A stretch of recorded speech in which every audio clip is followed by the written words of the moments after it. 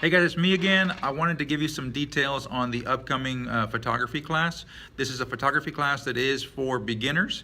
It is also a class that I'm going to be doing solely in English. It's only going to be English, no Spanish. When are we going to have it? It's going to be in August on the 26th and 27th, which is a Saturday and a Sunday. This gives us a month to be able to gain the people that we need, and also to kind of even out the curriculum that we want to do, because it is going to be a 2-day class. Now, to tell you a little bit about the 2-day class, the first day is 4 hours of instruction, similar to what we had before, and 4 hours of practical shooting. So we'll go outside with models, and we'll do some environmental shooting and some people shooting and things like that in different conditions. That way you can kind of get some hands-on practice. The second day, which we have not done before, is going to be sort of a debrief and then some more shooting to kind of reinforce what we were doing the previous day. And it'll give us also some different conditions to shoot in as well. The second 4 hours is going to be dedicated to editing and questions. Just kind of, again, a final debrief. A lot of questions I'm sure are going to be about editing process and things like that, because you have to do both of those. I found from the last class you have to do both of those, because I got a lot of questions afterwards about how to edit certain things. So I'm glad we're able to do that in this particular class.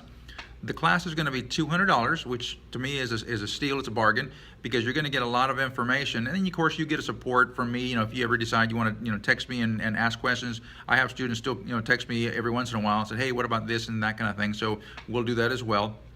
Now, a couple of details. You definitely will need a camera. The last time I did this, people say, can I use somebody's camera? The answer is you can use any camera you want.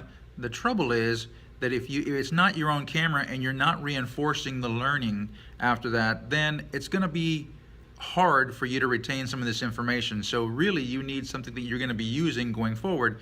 And what type of camera? I guess the next question is, what type of camera?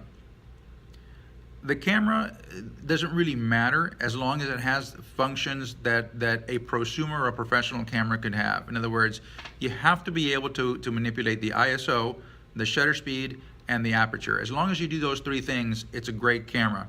And I'll give you more detail about that later. If you can, I'd love you to have a laptop of some kind with some editing software, because then you can obviously play at the same time as I'm doing. And what's the last thing? Oh, that's about it, I think.